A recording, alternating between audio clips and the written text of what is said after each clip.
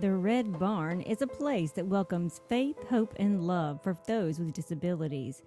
Although not a church, a little piece of heaven is sure to be found.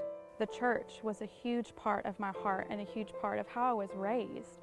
And so it just kind of became a natural step as I grew up and just tried to decide what I wanted to do with my life was to continue in that atmosphere and serving the church. I realized there was so much of the church that was outside of the doors, where our everyday life is the church. We're here to serve each other, not just in a church building, but in so many other ways. As life began to expose the needs outside the church, Grace could no longer stand in her own personal bubble. Life just kind of forced me out into the world where I was at my children's school, and I needed to find ways to get them into life. And when you start examining yourself when kids are involved.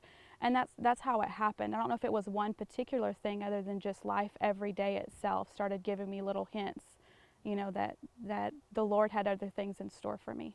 Having grown up in church, this was not an easy decision to make.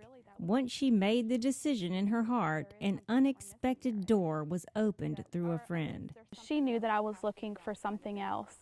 And she came to me and she said, Grace, I know that I work at the Red Barn, but I really think you'd be a good fit.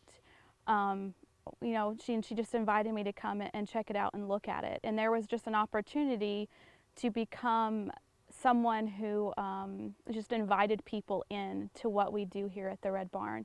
And that's just what I get to do every single day now. So how does she see working at the Red Barn different than working inside the church? When I was in that environment, you were just reaching the people that walked to the doors or that were willing to listen to you whenever you were in a public setting trying to minister to people.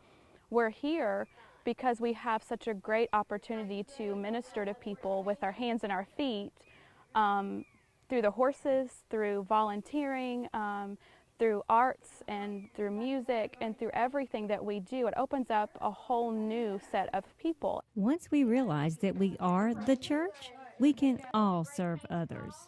We believe that when a student or a family comes to us and they're in need and they're in pain, or they're just needing some hope because they've been diagnosed with something, that we're here to offer that to them. We're here to offer hope whenever things in their life aren't going the way they think they should, and faith to continue to move on past the circumstance that they're in, and love to spread to each other. So what does it take to be an everyday hero? I think that whenever you approach life and approach your neighbors and approach your friends and approach the stranger at the grocery store with the servant's heart, that you're willing to help them and see them for who they are, and be willing to open up your eyes and see maybe a need that they may have, then that hero is going to come out in all of us. And whenever you take kind of yourself out of the equation and you trust on the Lord to lead you to those people, you're going to walk in there. You're going to step into that place that God wants you to be in. To learn more about the Red Barn, visit theredbarnfoundation.org, and don't forget to nominate your everyday hero.